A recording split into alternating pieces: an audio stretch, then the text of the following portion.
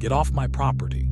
The words tore from my throat, raw with disbelief and fury, but they were drowned out by the relentless roar of engines and the sickening crunch of splintering wood.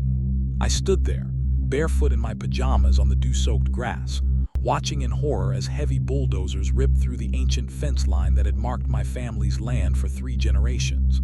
And orchestrating it all, standing with an unnerving smirk on her face, was Sandra Mitchell, our HOA president. Clad in a sharp, crimson power suit that seemed wildly inappropriate for the early morning destruction, she held a stack of papers like a shield. "This land is ours now, Collins," she declared, her voice cutting through the noise. "We're building the new community pool right here." She gestured vaguely towards a rolled-up blueprint one of her cronies held. "Your family has been hogging this prime spot for far too long." Little did she know, the ground beneath her expensive heels was far more valuable and treacherous than she could possibly imagine. Little did she realize that my father and grandfather, men of foresight and deep connection to this land, had anticipated this very scenario decades ago. They had woven a complex, almost invisible legal defense into the very fabric of the property deeds and water rights. A trap worth over $10 million, specifically designed for someone exactly like Sandra. The sudden, violent sound of destruction had jolted me from a deep sleep moments earlier. Running outside, blinking in the morning light, the scene hit me like a physical blow. It wasn't just the fence. One of the bulldozers was already nudging against the trunk of a massive oak tree, one of several planted by my grandfather. Seeing those majestic trees threatened, trees that were part of my childhood memories, ignited a fresh wave of anger.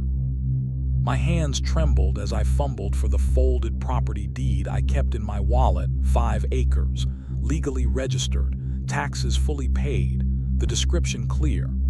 "This is my property," I shouted again, waving the document futilely against the noise and Sandra's dismissive arrogance.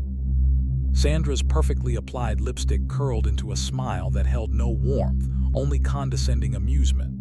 "Outdated paperwork, dear," she scoffed, waving her own sheaf of documents vaguely. "We have new surveys." Then, unbelievably, she stepped forward and physically shoved me backward off the disputed patch of ground. "Move, or you will be moved." The shock of the physical contact, the sheer entitlement, stunned me into silence for a moment. When the local police finally arrived, my hope for intervention quickly evaporated. Officer Peterson listened patiently to my frantic explanation, glanced at my deed, then spent several minutes speaking privately with Sandra off to the side. I saw her laughing, gesturing confidently. When Officer Peterson returned, he just shrugged, his expression carefully neutral. "Looks like a civil matter, sir," he stated, avoiding my eyes. "A property line dispute.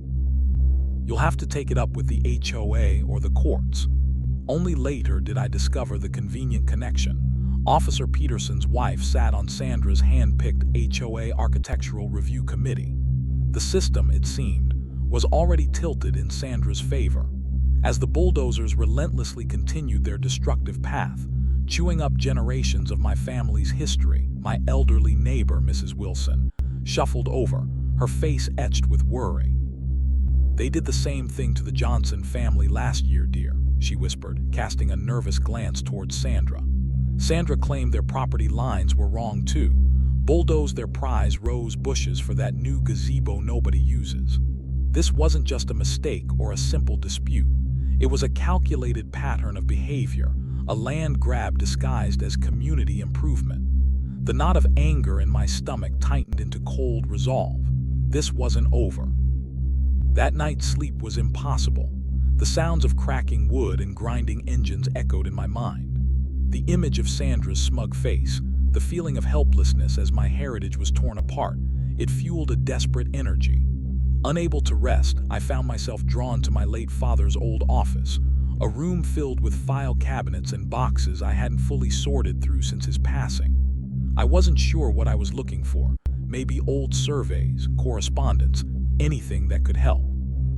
Hours passed as I sifted through dusty folders containing mortgage papers, tax receipts, and farm journals detailing decades of life on this land.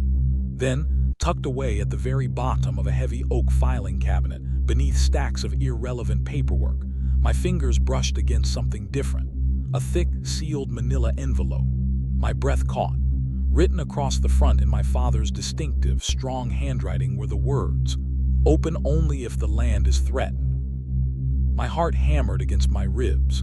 The land was threatened. More than threatened, it was actively being seized. With trembling hands, I carefully broke the brittle wax seal, the silence of the house amplifying the soft tearing sound. Inside was not just one letter, but several documents, including complex legal papers filled with jargon I barely understood, and a personal letter addressed to me. "Son," it began, and reading his familiar script felt like he was in the room with me. "If you are reading this, it means the Mitchell family, likely Sandra or her descendants, are finally making their move. Don't be fooled by whatever excuse they give." My eyes scanned the page faster, absorbing the decades-old warning. They've coveted our land for generations, not just for the space, but for what lies beneath it, the water. Our 5 acres sit directly atop the primary access point for the regional aquifer that supplies fresh water to nearly half the county. My father explained how Sandra's family had tried various tactics over the years to gain control, offering lowball purchase prices, suggesting zoning changes, even attempting political pressure. But my grandfather, anticipating their relentless greed, had worked with one of the sharpest water rights attorneys of his time back in the early 1970s. Together, they didn't just set up protections, they set a trap. Beneath the personal letter was a copy of the Collins Water Trust Agreement of 1973. It was an incredibly complex legal instrument.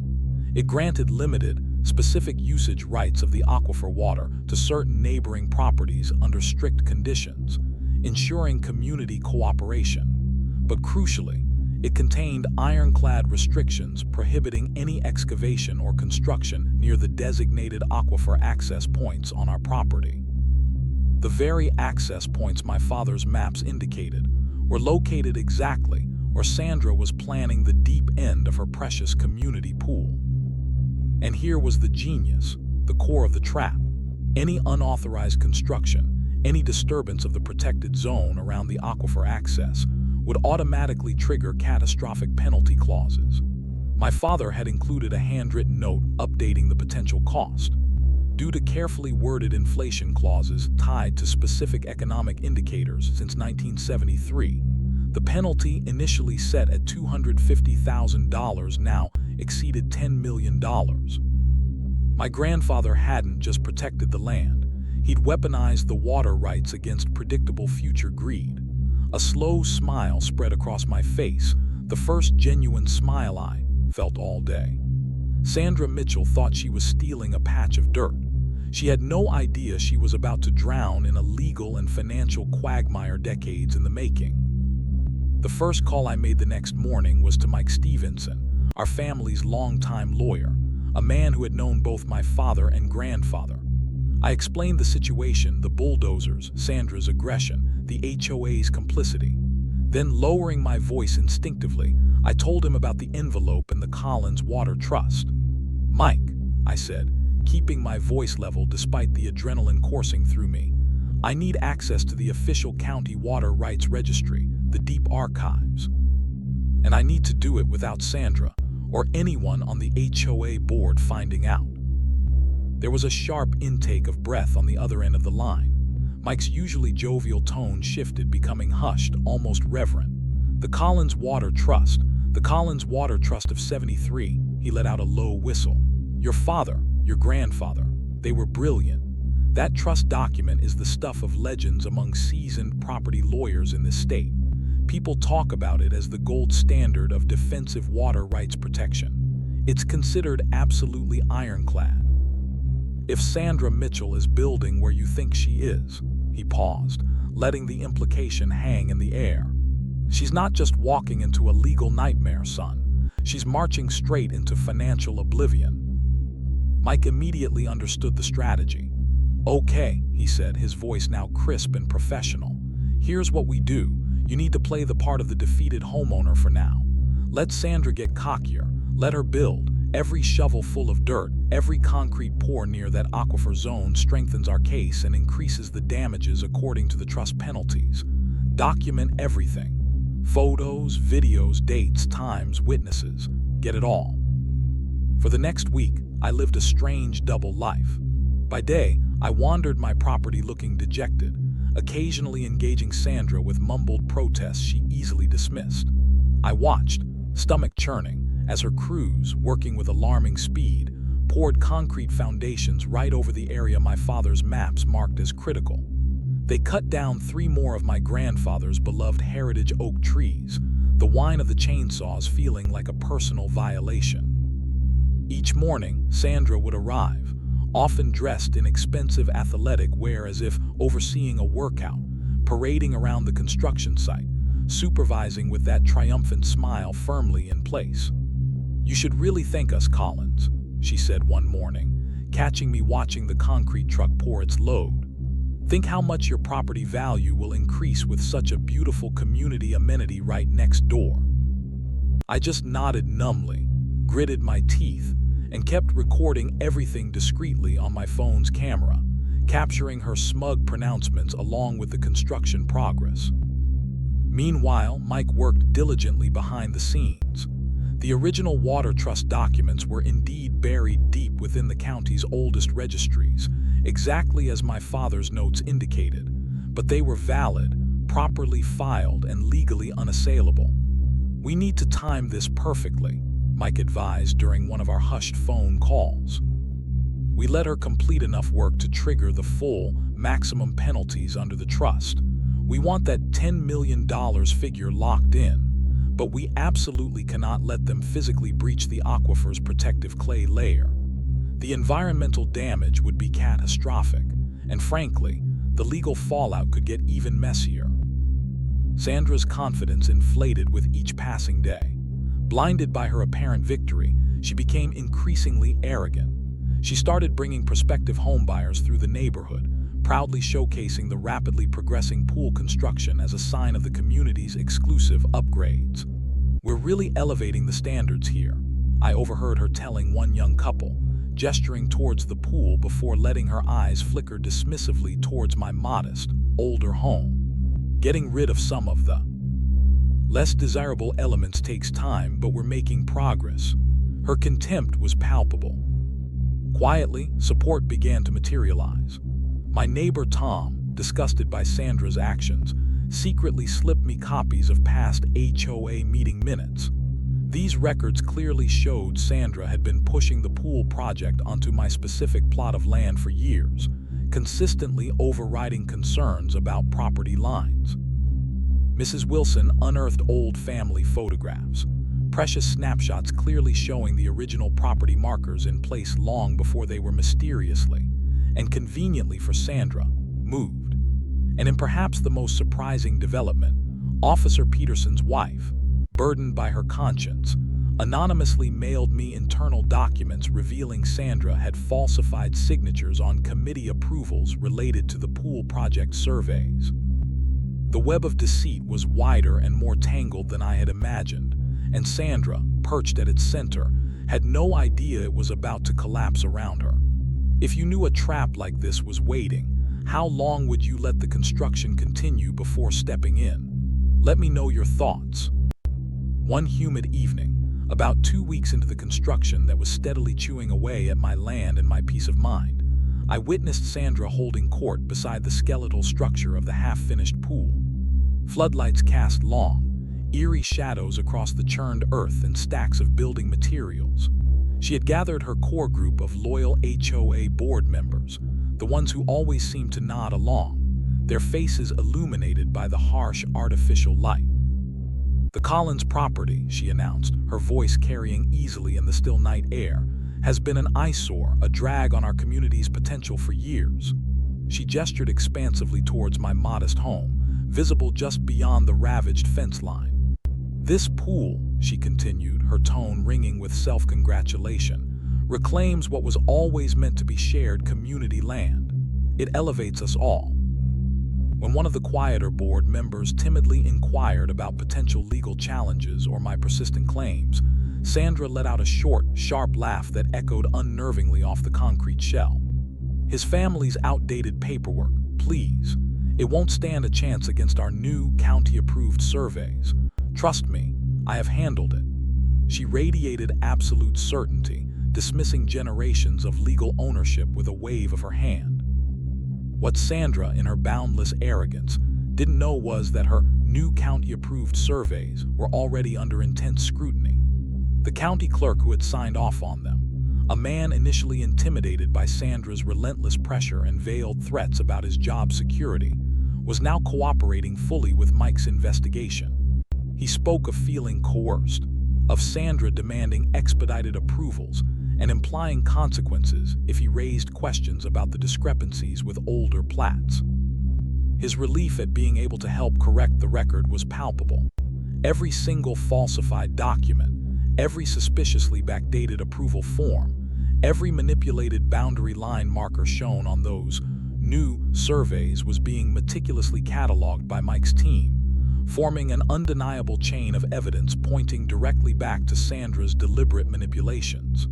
The net, invisible to her, was tightening with each passing day. After that impromptu poolside meeting, the construction pace shifted from merely fast to frantic. Sandra seemed driven by a manic energy, hearing additional crews who worked under floodlights late into the night and started again before dawn. The pool structure rapidly took shape. Imposing concrete walls rose from the ground, intricate networks of plumbing pipes were laid like metal serpents, and electrical conduits snaked through the framework. Sandra was a constant presence, barking orders, overseeing every detail.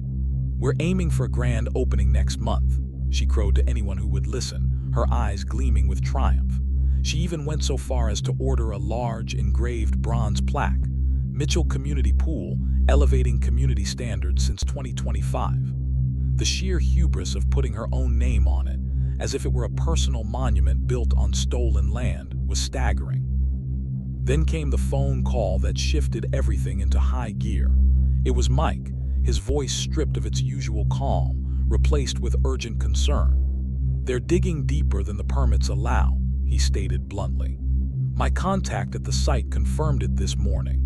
They're trying to create a deeper diving end, something Sandra decided on last week without filing amended plans. Based on the geological surveys your grandfather commissioned for the trust, another 3 feet, maybe less, and they will breach the primary protective clay layer above the aquifer access point." He explained the immediate danger, the risk of surface runoff, pool chemicals and construction debris contaminating the aquifer, the main fresh water source for thousands of people. The environmental implications were disastrous, carrying their own set of severe legal penalties, separate from the trust itself. We were caught in a terrible bind. Every additional day of unauthorized construction technically strengthened our financial claim under the Water Trust's penalty clauses, pushing the figure well over the $10 million mark. But the environmental risk was escalating exponentially. We couldn't afford to wait much longer. The breaking point arrived with Sandra's gleeful announcement, delivered via a glossy HOA email blast, a progress champagne toast for board members and select residents, celebrating the near completion of the pool structure. The celebration was scheduled for the following afternoon, coinciding with the planned installation of the main filtration systems, equipment that required significant excavation directly adjacent to the most sensitive aquifer access point. This was it. There was no more room to maneuver, no more time to wait. Mike confirmed everything was in place. Our meticulously assembled case, complete with the original trust documents, sworn affidavits, expert geological reports, evidence of the falsified surveys, and Sandra's signed acknowledgement of the trust warnings, was ready. The county water commissioner, appalled by the evidence and the potential environmental catastrophe, had personally reviewed the case and confirmed the trust's absolute validity and the severity of the violations. Most importantly, Sheriff Martinez, the county's highest-ranking law enforcement officer whose jurisdiction superseded Officer Peterson's local precinct, had reviewed the evidence of potential criminal fraud and agreed to serve the cease and desist orders and legal papers personally, ensuring there would be no deference to Sandra's perceived local influence. As the catering vans arrived the next afternoon, setting up tables with white linens and chilling champagne bottles beside the nearly finished pool shell, I watched from my living room window. Board members began to arrive, dressed in their summer finest, laughing and congratulating Sandra, who stood beaming in a designer sundress, the picture of triumphant success. Workers rushed to lay the final rows of decorative tiles around the pool's edge, oblivious to the storm about to break. My heart pounded a frantic rhythm against my ribs. The moment, decades in the making, had finally arrived. Mike's car pulled quietly onto my street, followed immediately by Sheriff Martinez's official county vehicle and the water commissioner's sedan. It was time to spring the trap that my family had so carefully set 50 years ago. We walked across the scarred earth towards the gathering, the three of us, Mike in his sharp suit clutching a briefcase, the water commissioner looking grimly determined, and Sheriff Martinez, his presence radiating authority that immediately silenced the light chatter around the pool. Sandra's beaming smile faltered the moment she spotted us approaching her carefully orchestrated celebration. Her eyes narrowed. "Sheriff," she called out, her voice overly bright but tight with sudden tension, raising her champagne glass defensively. "This is a private HOA event on designated community property. You and Mr. Collins," she added, flicking her eyes towards me with disdain, "need to leave immediately." Sheriff Martinez stopped directly in front of her, his expression unreadable but utterly serious. "Actually, Ms. Mitchell," he replied, his voice calm but carrying easily over the suddenly hushed gathering, "I'm here in my official capacity to serve these papers." He extended a thick legal document, heavy with official seals. "This is a court-ordered cease and desist. All construction must stop immediately, pending a full investigation into property line disputes, permit violations, and potential violations of state and county water rights regulations."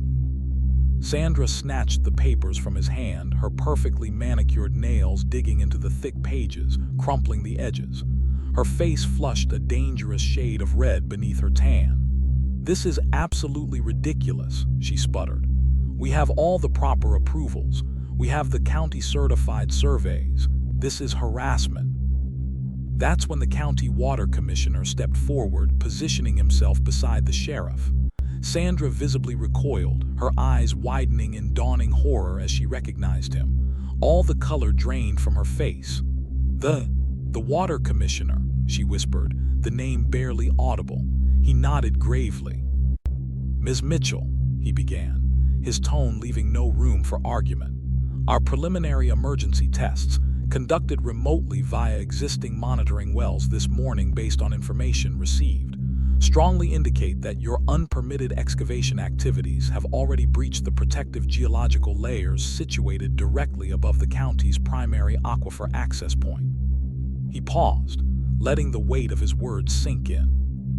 "This constitutes a flagrant violation of state water safety regulations, and crucially," he made eye contact with her, "a direct violation of the specific terms outlined in the Collins Water Trust Agreement of 1973.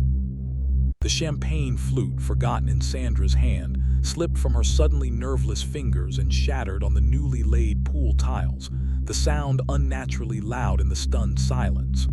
"Water Trust," she stammered, her voice losing its commanding edge, replaced by a rising panic. What are you talking about? I don't know anything about a water trust." Mike chose that moment to step forward, opening his briefcase and activating a portable projector. An image flared to life on a smooth section of the half-finished pool wall, the aged, official-looking front page of the Collins Water Trust, complete with county and state registration stamps. "The Collins Water Trust, Ms. Mitchell," Mike explained calmly, "is fully registered with both county and state water authorities. It predates the formation of this HOA by nearly 2 decades, and its provisions legally supersede any subsequent community development plans or HOA bylaws concerning this specific parcel of land. Around the pool, Board members exchanged increasingly worried glances. Sandra's personal attorney, who had been mingling nearby, rushed forward, grabbing the papers from Sandra to review them, his face falling almost immediately. "Sandra," he muttered urgently, sotto voce, These appear to be entirely legitimate and legally binding." Sandra shoved him away violently. "It's a bluff," she shrieked, her composure rapidly disintegrating. "A desperate, last-ditch attempt to stop progress and extort money." Finally, it was my turn. I stepped forward, meeting Sandra's wild gaze evenly. "My grandfather, Ms. Mitchell," I began, speaking clearly and loudly enough for every board member and neighbor present to hear, "established this water trust on our family property 50 years ago. He did it precisely to protect the aquifer that serves this entire region." I held up the heavy, original document retrieved from my father's files, its aged paper and wax seals adding a tangible weight to my words. "The trust grants very specific, limited water usage rights to neighboring properties. Yes, but it explicitly, unequivocally prohibits any excavation or construction activity whatsoever within 50 feet of the designated aquifer access points." Which, I paused, letting my gaze sweep over the deep end of the pool structure just feet away, "is exactly where you are standing, and exactly where you have been illegally building this pool." I let the silence hang for a beat before delivering the final blow. "The penalty clause for violating these specific construction prohibitions, meticulously adjusted for 5 decades of inflation as per the trust's own terms, currently stands," I locked eyes with her, "at $10,247,000. The silence that followed was absolute, broken only by the distant hum of traffic. Even the construction workers had stopped moving, watching the drama unfold. Sandra, however, recovered quickly, falling back on years of practiced intimidation tactics. "This is absurd," she spat, desperately trying to regain control. "Some ancient, dusty piece of paper doesn't trump HOA authority or county-approved plans. He's making it up." She turned appealingly to the stunned board members, searching for her usual unwavering support. "This is clearly just a desperate attempt to extort money from our community fund. We can't let him intimidate us." The water commissioner stepped closer again, unintimidated. "Ms. Mitchell, with all due respect, this ancient piece of paper is a legally binding trust instrument, fully registered and recognized by state authorities. Furthermore," he added sternly, "our preliminary soil sample analyses, taken from the edge of your excavation site just this morning, confirm your construction has already significantly disturbed the protective clay layer directly above the aquifer. This isn't just about property lines or HOA rules anymore. It's about jeopardizing the water safety for potentially half the residents of this county." Sandra's attorney quickly tried to pivot, attempting damage control. "We, the HOA, had no knowledge of any such water trust or its restrictions." He interrupted loudly, clearly trying to distance the board and himself from liability. "If such restrictions exist, the HOA board as a whole was never properly informed."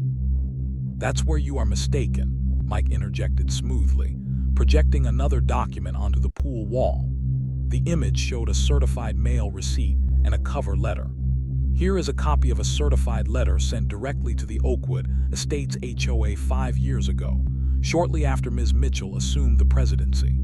It explicitly outlines the existence and key provisions of the Collins Water Trust, specifically highlighting the construction restrictions near the aquifer." He then switched the image again. "And here," he zoomed in on a signature line at the bottom of an acknowledgement form, "is Sandra Mitchell's signature, acknowledging receipt of that warning letter."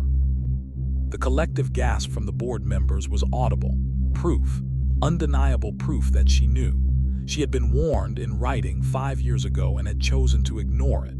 Sandra's face contorted into a mask of pure rage. "You set me up," she shrieked, finally losing all control and lunging towards me, her hands raised as if to strike. Before she could reach me, Sheriff Martinez stepped firmly between us, his hand resting warningly on his sidearm. "Ms. Mitchell," he commanded, his voice sharp with authority, "control yourself immediately, or you will be facing felony assault charges on top of everything else." Amidst the chaos, the HOA treasurer, Mr. Peterson, Officer Peterson's father, ironically stepped forward, his face ashen, his voice trembling. "Sheriff, Mr. Stevenson, what exactly are the financial implications of this? This $10 million penalty for the HOA?" All eyes turned back to Sandra, whose perfectly controlled world was visibly crumbling, shattering around her like the champagne glass at her feet.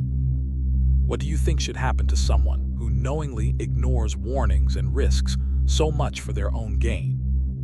"Generally speaking," I explained, letting the weight of the situation settle over the stunned board members, "the HOA incorporation agreement, the one you all operate under, clearly states that the HOA entity itself, not individual board members, is financially responsible for liabilities incurred during approved community improvement projects." I saw a flicker of relief cross a few faces, but I wasn't finished. "However," I paused, letting the tension ratchet up again, "there is a critical exception built into your own bylaws." Mike on cue projected the relevant section onto the pool wall, highlighting the key phrases. "The bylaws explicitly state," Mike read aloud, his voice carrying clearly, "that the HOA's liability shield does not apply in cases of willful misconduct, gross negligence, or actions taken by officers acting outside the scope of their granted authority or in direct violation of established legal restrictions." He lowered the projector slightly. "What this means, essentially, is that if evidence demonstrates Ms. Mitchell acted unilaterally, without proper board consensus documented in official minutes, or knowingly falsified documents, or deliberately ignored established legal restrictions like the water trust after being notified, she could become personally liable for the entirety of the penalties and associated damages." The $10.2 million figure hung in the air again, this time aimed squarely at Sandra personally. "That's absurd, preposterous," Sandra stammered, desperately grasping at straws. "Everything related to this pool project was properly discussed and approved in official HOA meetings." "Meetings that weren't properly noticed to all homeowners," Sandra called out Mrs. Wilson, stepping out from behind a group of onlookers, her voice surprisingly strong. "Votes that weren't properly counted or recorded in the minutes," added Tom, standing beside her, holding up a sheaf of papers I recognized as the meeting notes he'd given me. "And based on documents I provided," stated Officer Peterson's wife, stepping forward boldly, her voice clear despite her obvious nervousness. "Signatures required for the survey approvals appear to have been forged." It was like a dam breaking. One by one, other neighbors, people I hadn't even realized were watching the unfolding drama, came forward.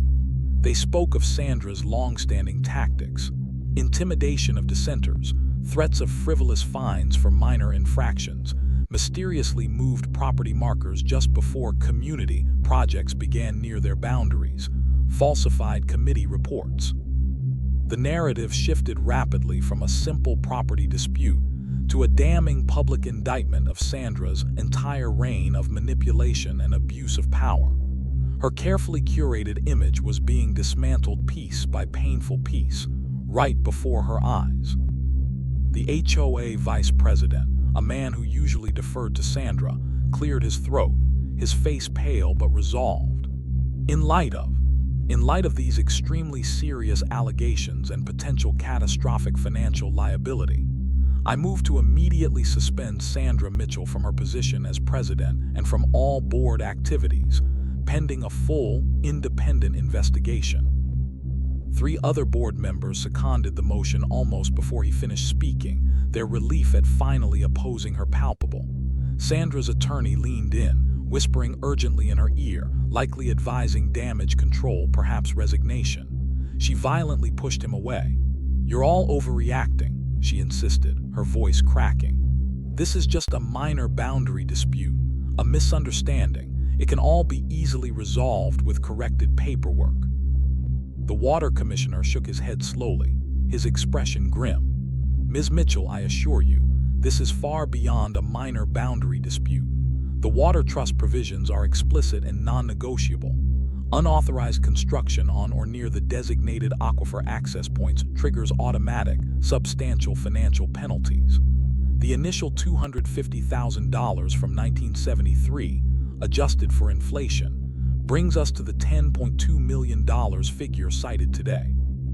Furthermore, he added, delivering another blow, "the trust stipulates that for every day construction continues in violation, the penalty increases by an additional 5%.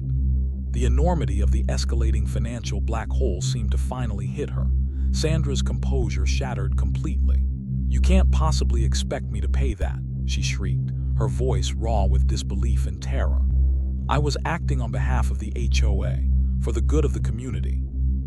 "Were you?" Mike asked calmly, holding up printouts. "These are emails, Ms. Mitchell, sent from your personal email account to the construction foreman just last week. They specifically instruct the contractors to ignore the original property markers, referencing the new, correct survey lines, and to accelerate construction by digging deeper in the pool's basin, despite multiple warnings from the site engineer about soil stability and permit limits. You appear to have acted unilaterally, overriding professional advice, and without documented board approval for these critical changes." Sheriff Martinez nodded curtly to his deputies, who moved forward efficiently, placing large official stop work order notices on the bulldozers and heavy equipment. The remaining construction workers, witnessing the collapse of their boss's authority, quickly began gathering their tools, eager to vacate the clearly toxic site. "This isn't over," Sandra hissed, venomously glaring at me, then at the neighbors who had spoken out, but her voice held none of its former power. It was the hollow threat of someone who knew she had lost everything. The remaining board members were already huddled together, frantically speaking into their cell phones, presumably contacting their own personal attorneys to assess their exposure. Perhaps the most surprising and telling moment came when Sandra's husband arrived, clearly summoned by a panicked call from his wife during the confrontation. He hurried over, looking bewildered, clearly expecting to find a minor neighborhood squabble. Sandra rushed to him, launching into a frantic, blame-filled explanation. But as he took in the scene, the sheriff, the water commissioner, the legal documents Mike calmly showed him, the hostile faces of his neighbors, his expression shifted from confusion to disbelief, then to pale horror. He was a real estate lawyer himself. "You did what?" he demanded, his voice dangerously low, after quickly scanning the water trust summary Mike provided. "You ignored explicit warnings. You authorized construction on protected water rights land."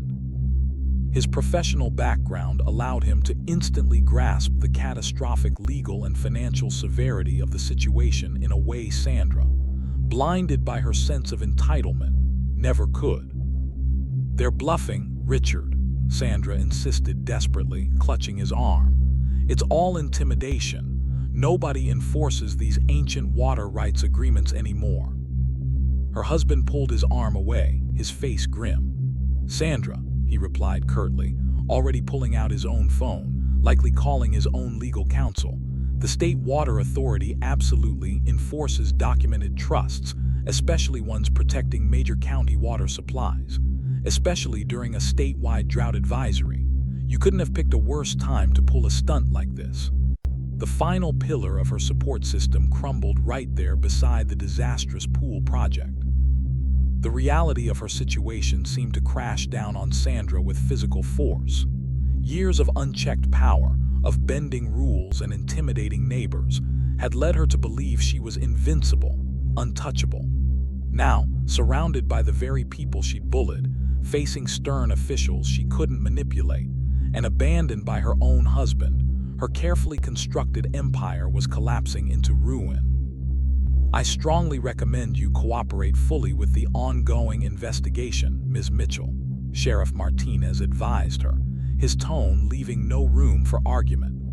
"The district attorney's office will take your level of cooperation into consideration when reviewing potential criminal charges." "Criminal charges," Sandra whispered, the words barely audible. Falsifying official documents, including county surveys and HOA records, constitutes criminal fraud, ma'am," the sheriff replied evenly. "This situation extends well beyond civil penalties now." As the crowd began to disperse, the chaotic energy of the confrontation slowly subsiding, I stood near my damaged fence line, watching the deputies secure the site and the construction workers pack up the last of their gear. Mike came over and placed a hand on my shoulder. "Your father," he said quietly, his voice filled with respect, "and your grandfather, they would be incredibly proud today. Their foresight, their planning, it saved more than just your land. It protected the whole community." Sandra was eventually escorted to her car by her visibly furious husband. Her expensive dress was stained with dirt and champagne, her perfect composure shattered beyond repair. As she passed me, she stopped, her eyes filled with a mixture of hatred and disbelief. "You planned this," she accused, her voice breaking. "You knew about this all along. You just let me walk right into this trap." I simply shook my head, feeling not triumph, but a weary sense of justice finally served. "I tried to warn you from day one, Sandra," I replied calmly. "I showed you my deed. I told you to stop. You were just too busy bullying everyone, too convinced of your own power to listen." The weeks and months that followed brought profound changes to Oakwood Estates. Sandra Mitchell was formally removed as HOA president, of course. Facing overwhelming evidence and the prospect of even greater personal liability if the case went to a full trial, she eventually settled, agreeing to personal liability for $4.3 million in damages and penalties related to the water trust violation and restoration costs. The HOA's insurance covered a portion, but the personal financial hit forced Sandra and her husband to sell their ostentatious showcase home and most of their luxury assets. The county pursued criminal charges for document falsification and fraud. Last I heard, she had accepted a plea deal involving probation and substantial additional fines, and had moved out of state in disgrace. Someone reportedly overheard her complaining bitterly in a grocery store checkout line in her new town. How was I supposed to know some old farmer had set a multi-million-dollar legal trap 50 years ago? Our community began to heal. Tom, my neighbor who had bravely shared the meeting minutes, was elected as the new HOA president. His first act was to formally and publicly return parcels of land Sandra had improperly absorbed into community property back to their rightful owners, including the Johnsons whose rose garden had been destroyed. The HOA bylaws underwent a complete overhaul, guided by transparency, accountability, and explicit protections for homeowner property rights. My fence was rebuilt, stronger than before, along the correct original property lines, clearly marked by official surveyors. The heritage trees, though scarred, began the slow process of recovery. The aquifer, thankfully undamaged due to our timely intervention, was granted a permanent, expanded protection zone by the County Water Authority, and ironically, they appointed me to the newly formed Citizen Oversight Committee tasked with ensuring its continued safety. Eventually, a community pool did get built, but this time on actual, undisputed HOA land, with proper permits, community input, and full transparency. Sometimes when I swim there now with my own kids on hot summer afternoons, I look at the sparkling water and think about how close Sandra's arrogance came to destroying not just my family's legacy, but a vital resource for the entire region. Near the entrance, Tom insisted on installing a small, simple plaque. It doesn't bear anyone's name. It just reads, "Built with respect for all boundaries, both seen and unseen." It serves as a quiet reminder that sometimes the most effective traps aren't built of steel or stone, but of foresight, legal diligence, and the quiet conviction that truth will eventually prevail, especially when your enemies are too blinded by their own greed and arrogance to look where they're stepping. And that's the story of how a 50-year-old legal document saved my family's land and brought down a neighborhood tyrant.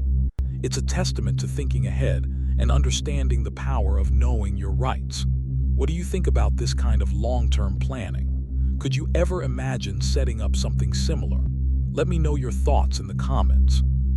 If this story resonated with you, please hit that like button, subscribe for more tales of justice and unexpected twists, and ring the notification bell. Thanks for listening.